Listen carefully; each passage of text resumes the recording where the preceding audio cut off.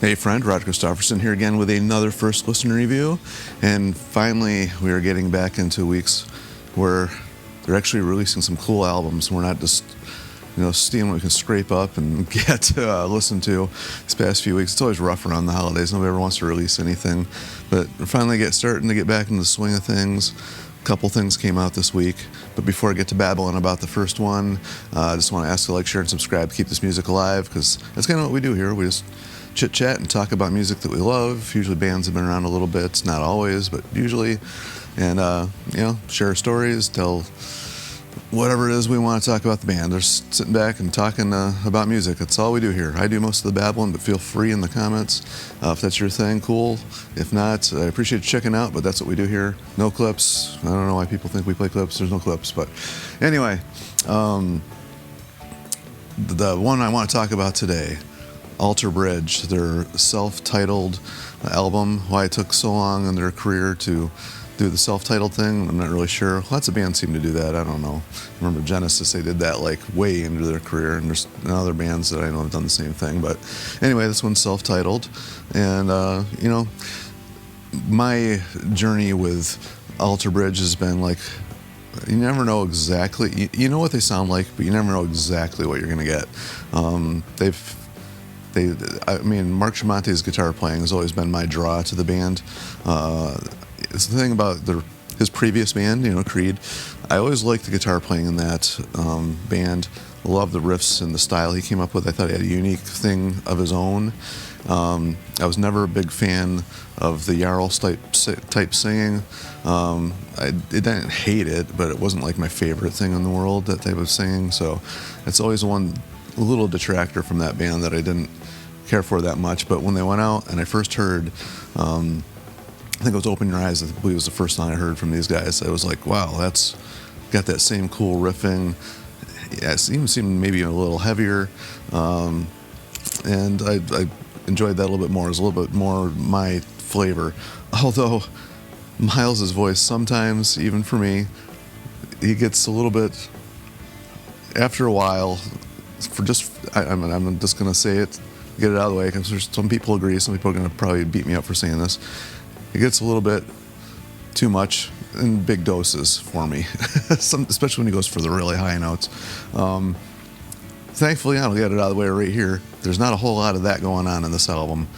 He's actually staying well within his range that I enjoy on this album, so that was very cool. I welcome that style of singing of his.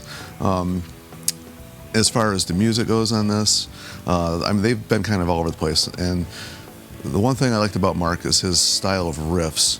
He always comes up with very cool riffs and interesting things, I think. And my first listen through on this album, there wasn't a whole lot of that intricate riffing going on that I picked up on off the bat. There was a whole lot of big chords, just big epic feel, full sounding. I mean, their albums are always full sounding, but sometimes they're a little bit more riff oriented. My first listen through on this, I didn't get that initial feel of lots of riffs. However, I've listened to this through 4 or 5 times, and I actually lost track of how many times I listened to it. As time goes on, I'm hearing more riffs come out of the music. The main concentration on this one is actually more like rhythm oriented. He's trying different rhythms and different things as far as the song structure goes, with the riffs almost added later, not on every song, but in general. I guess I'm kind of generalizing here. However, the first song does open with a pretty cool riff, Silent Divide, heavy rockin', and we'll get things off to a cool start. That song is probably, actually, I don't want to say it's my favorite, but it's definitely up there. It's a great way to start an album anyway. And even the second track on here, Rue of the Day, cool, a little bit more slower, a little bit more drudgy than the opening track, but still just cool, heavy. And that's one thing I can say about this whole album. It's very heavy. It kind of reminds me of like when Blackbird came out, and I just felt that one had a more darker, heavier tone to it. And this one actually has more of that darker tone feel to it. Not quite, I'm not going to say it's the same sounding album as that, but it definitely has that type of feel overall. And this album stays almost the entire album is just heavy. I don't know how else to say it. And there was one thing I've noticed after, I even picked this up on the first listen, but the one thing the bands I think ignore that they should not ignore, because it's like the secret sauce, is vocal harmonies. And that's one thing these guys have always done. And they're not like super upfront, in your face vocal harmonies. I'm just in the background, and it adds such an extra cool little layer, and it just lifts the songs so much that you don't, I mean, it just like, or orally listening to it, you don't always pick up on it like instantly, but you know it's there. It's like one of those things, if you took it away, you would instantly know it's gone. And they do it very subtly, but very effectively, and I just think it's that secret sauce that just makes some songs elevate to the next level, and they do that a lot on here. And I just really appreciate the time that bands that do this take to put into that, because, you know, there's a lot. And I could say the same thing about the guitar in this one, but they've always done that with the guitar. There's always multiple layers of guitar.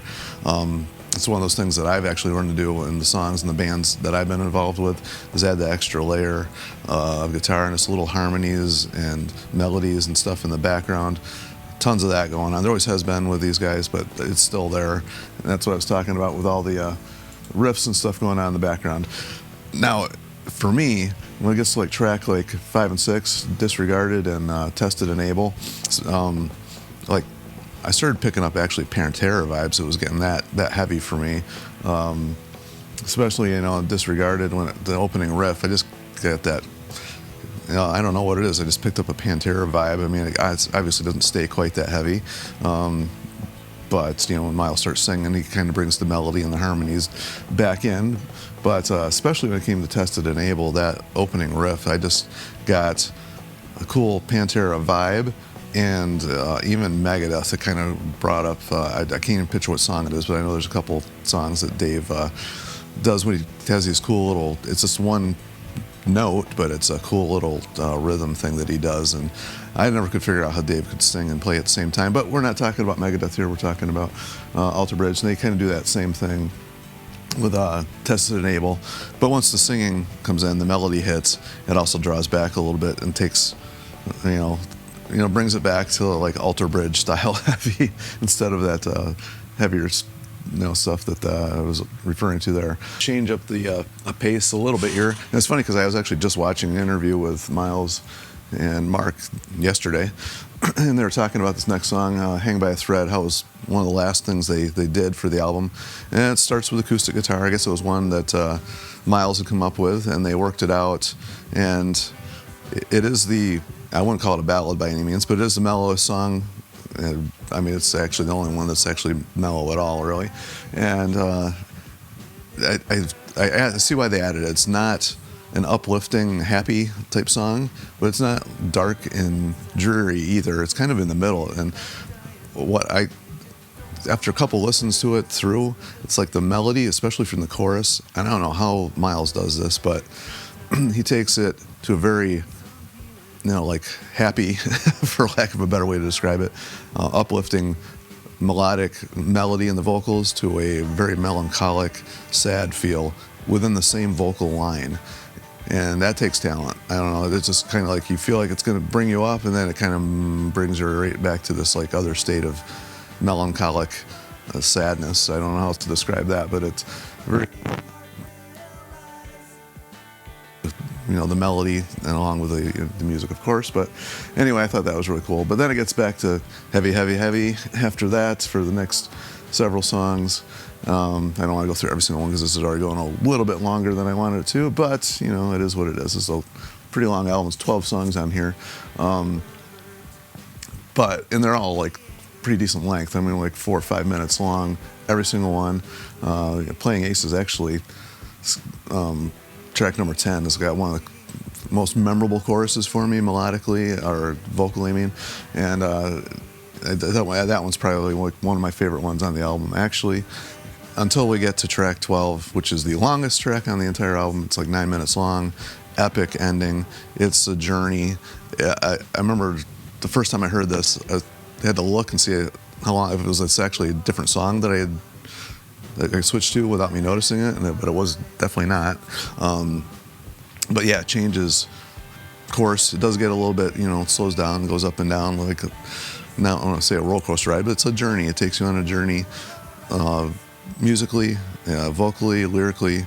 I don't want to let the cat out of the bag too much, but epic ending to the whole album.